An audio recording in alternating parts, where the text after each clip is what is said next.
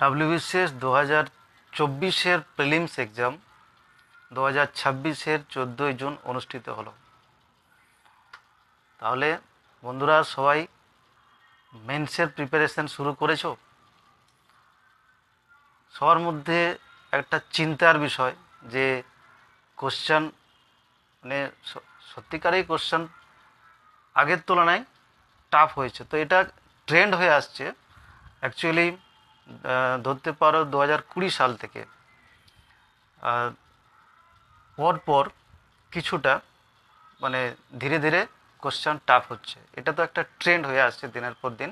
তো এই বছর সত্যিকারেই কোশ্চেনটা টাফ হয়েছিল। তো এর এখন মানে সোশ্যাল মিডিয়াতে হৈরৈ ব্যাপার যে আমার কাট অফ কী হবে বা আদৌ মানে কোয়ালিফাই করব কি না, এইরকম ব্যাপার। সবার ক্ষেত্রে নয়, কিছু কিছু অনেকেই চিন্তিত হয়ে গেছে বা চিন্তার বিষয় যে কি করব, কি হবে, মেন্সের প্রিপারেশন নেব কি না। ঠিক আছে, তো এই বিষয়ে আমি বলবো যে মেন্সের প্রিপারেশন সবার নেওয়া উচিত। কেউ কেউ হয়তো বলছে যে আমি আমার 100 পেরিয়ে যাচ্ছে বা একশোর নিচে আছে, আমার 98 হচ্ছে, কেউ বলছে যে আমার মানে 100 হচ্ছে, কেউ 110 হচ্ছে, এইরকম আর কি। যার যতই হোক না কেন, এটা তো জাস্ট তুমি আন্দাজ করে বলছো, হয়তো মানে এখন থেকে একটা প্রেডিক্ট করছো যে এইরকম এরকম হতে পারে, এত নাম্বার হতে পারে। কমিশনের আনসার না পাওয়া পর্যন্ত আমরা সঠিক জানতে পারবো না যে কার কত হবে বা কাট অফ কোন জায়গায় আসতে পারে। তো কাট অফ হয়তো কোশ্চেনের যা ধরন তাতে করে কাট অফ আগের মতো অতটা হাই হবে না, কাট অফটা নিচেই নামবে। কিন্তু আমি কাট অফ নিয়ে এত মাথা ব্যথা বা এত হৈরৈ করার কোনো ব্যাপার নেই। এখন সোশ্যাল মিডিয়াতে দেখা যাচ্ছে যে প্রচুর চিন্তার বিষয়, এই হবে এই হবে, আমার এত কী, আমি মেন্সের প্রিপারেশান নেব কি না বা আমার নেওয়া উচিত কি না। প্রিপারেশন যারা ডাব্লিউবিসিএস অফিসার হবে তাদের প্রিপারেশন সবসময় মেন্স ওরিয়েন্টেড হওয়া উচিত। কারণ হচ্ছে প্রিলিমস আলাদা, মেন্স আলাদা, এরকম কিছু হয় না। কিছুটা হয়তো মানে একটু হয়তো বেশি, যেহেতু নাম্বার বেশি বেশি পড়তে হবে ঠিক আছে, কিন্তু সিলেবাসটা তো পুরোটা একই। আর তাছাড়া এরপরে নেক্সট এটা তো প্রিপারেশনটা শুরু করতে হবে মেন্স এখন থেকেই, আর বেশি হেজিটেট করার দরকার নেই। কারণ এরপরেই নেক্সট 2025 সালের এক্সামটা কিন্তু এরপরেই হবে, মানে আবার নোটিফিকেশান আসবে নেক্সট প্রিলিমসের জন্য, আবার নোটিফিকেশান আসবে সে 2025-এর যে প্রিলিমস এক্সাম। তো সেটা যদি আমাদের 2026-এর মধ্যে হয়ে যায় তাহলে তো বিশাল ব্যাপার, একটা রেকর্ড হয়ে যাবে। কিন্তু সম্ভবত হয়তো 26-এ নাও হতে পারে, নোটিফিকেশানটা হয়তো হয়ে যেতে পারে হয়তো 27-এ সেটা এক্সাম হবে। তার মানে নেক্সট এক্সাম আবার আসছে। তার জন্য তো প্রিলিমস মেন্স দুটোর জন্যই তোমাদেরকে প্রস্তুতি নিতে হবে নেক্সট প্রিলিমসের জন্য। আর এখন যদি তুমি মেন্স ওরিয়েন্টেড পড়াশোনাটা করো রেগুলারলি অ্যাজ ইউজুয়াল, আগে যেরকম খাটতে ঠিক সেই রকমভাবে খাটতে হবে রেগুলারলি। এই মেন্স ওরিয়েন্টে যদি পড়াশোনাটা করো তাহলে কি হবে, নেক্সট প্রিলিমসটা, তবে আমাদের এখন এই 2024-এর যে রেজাল্ট এটা নিয়ে ভাবতে হবে। নেক্সট প্রিলিম তো ওটা তো আছেই।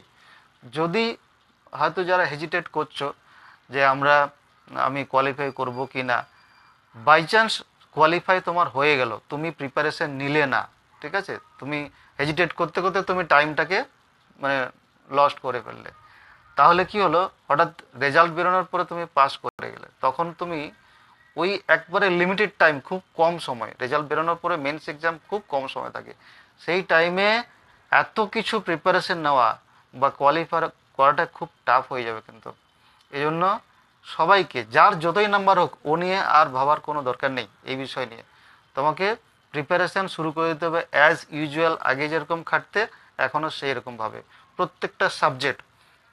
আর কোশ্চেনের যা ট্রেন্ড বুঝতেই তো পেরে গেছো, আর নতুন করে বলার কিছু নেই। কারণ সবসময় কনসেপ্ট, আমি কি বলেছিলাম যে কনসেপ্ট ক্লিয়ার করতে হবে। ভাষা ভাষা কোশ্চেন, এত এমসিকিউ মুখস্থ করলাম, এই নোট এর নোট, এই নিয়ে কিচ্ছু হবে না। কারণ কি, বর্তমান যা কোশ্চেনের প্যাটার্ন তাতে করে পুরো ক্লিয়ার কনসেপশন রাখতে হবে প্রতিটা টপিক, প্রতিটা সাবজেক্টের উপরে। কোশ্চেন দেখেই তোমরা নিশ্চয়ই বুঝতে পেরে গেছো যে কীরকম পড়াশোনাটা করতে হবে, কী লেভেলের পড়াশোনাটা করতে হবে, এই হচ্ছে ব্যাপার। তো যাই হোক, তো এক্ষেত্রে হেজিটেট করার কোনো দরকার নেই। যার যতই নাম্বার আসুক, বা তোমরা যেটা ভেবে নিয়েছো যে এত পাবো এত পাবো, যাই হোক, যতই নাম্বার আসুক, তো প্রিপারেশনটা এখন থেকে মেন্স ওরিয়েন্টেড নিতে শুরু করে দাও। আর এটা তো 24 সালের তো হবেই, আর নেক্সট 25-এর জন্য এখন থেকে খাটতে হবে। হ্যাঁ, আমরা যদি 24 সালের প্রিপারেশনের মধ্যে 24 সালে মেন কোয়ালিফাই করে ইন্টারভিউতে মানে কোয়ালিফাই করে, তাহলে তো খুব ভালো জিনিস। এমনকি এটাই আশা করতে হবে ফার্স্ট টাইম, কিন্তু পরবর্তীকালের কথাটাও ভাবতে হবে যে আমরা নেক্সট আরেকটা এক্সাম খুব তাড়াতাড়ি চলে আসছে, তাহলে প্রিপারেশনটা কিন্তু পুরোপুরি সেই লেভেলে নিয়ে আসতে হবে, সেই লেভেলে নিয়ে যেতে হবে। ঠিক আছে?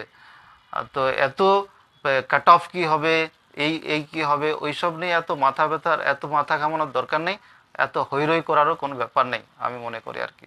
ঠিক আছে? প্রতিটা টপিক নিয়ে ডিসকাস করতে হবে, প্রতিটা সাবজেক্টকে ভালোভাবে এখন থেকে আবার পুনরায় নতুন করে শুরু করতে হবে। নতুন করে মানে কি, সব তো পড়া আছে, আবার রিভিশন দাও, রিভিশন পর রিভিশন, প্রত্যেকটা লাইন বাই লাইন অথেন্টিক বই থেকে। ঠিক আছে? আর ইংলিশের ক্ষেত্রে তো বলেইছি যে কি কি বই, বুক রেফারেন্স, কি কি বই পড়তে হবে, কীভাবে পড়তে হবে সেই সব। এদিকে তোমার এরপর মেন্সের ইংলিশে কি হবে, তোমাকে পুরোটা ডেসক্রিপটিভ। ঠিক আছে? Letter, precis, translation. তার জন্য ট্রান্সলেশনের জন্য কী হবে, গ্রামারটা তোমাকে পুরোপুরি টোটাল কনসেপশন রাখতে হবে। ভাষা জানলে হবে না, কম আইডিয়া থাকলে হবে না, কারণ কি মানে প্রত্যেকটার সঙ্গে প্রত্যেকটা জিনিসের রিলেটেড থাকে। তার মানে কি, তোমার একটা সেন্টেন্স কনস্ট্রাকশন যখন করবে, তখন সেটা সব কিছুতেই সবার সঙ্গেই একটা রিলেশন থাকে। তাহলে সেইটা গ্রামারটাকে, হ্যাঁ, মনে করলে এখনও তুমি গ্রামারটাকে তোমরা রেডি করতে পারবে প্রথম থেকে। গ্রামারটা খুব জরুরি, কারণ গ্রামারের কনসেপ্ট, গ্রামার অ্যান্ড ভোকাবুলারি, এটা দরকার as per as the translation is concerned and also writing skill is concerned, very very important. আবার কি, যে সমস্ত সাবজেক্টের ক্ষেত্রেই, শুধু ইংলিশ নয়, সমস্ত সাবজেক্টের ক্ষেত্রেই প্রত্যেকটা টপিককে ধরে ধরে, মানে প্রত্যেকটা টপিককে কী করতে হবে, অ্যানালিসিস করতে হবে, পড়তে হবে, টেক্সট ওয়াই অথেন্টিক বই তো পড়তেই হবে। আর এখন এই জিনিসটা এরপর থেকে ভুলে যেতে হবে যে এত কোশ্চেন করব আমি এই অমুক পাবলিকেশনের বই, এই পাবলিকেশনের বই নিয়ে। হ্যাঁ, কোনো বইকে আমি ইয়ে করছি না, কারণ কি সবই দেখতে হবে, কিন্তু তোমাদের মানে কনসেপ্ট বিল্ডিংটা আগে দরকার। তারপরে তুমি এমসিকিউ পড়ো বা নোটস পড়ো, যা খুশি পড়ো, কোনো অসুবিধা নেই, কিন্তু আগে দরকার কনসেপ্ট। এই কনসেপ্ট বিল্ডিংটা খুব জরুরি। ঠিক আছে? ওকে, এই পর্যন্তই আজকে। Thank you very much. Preparation চালিয়ে যাও, কন্টিনিউ। Okay, thank you.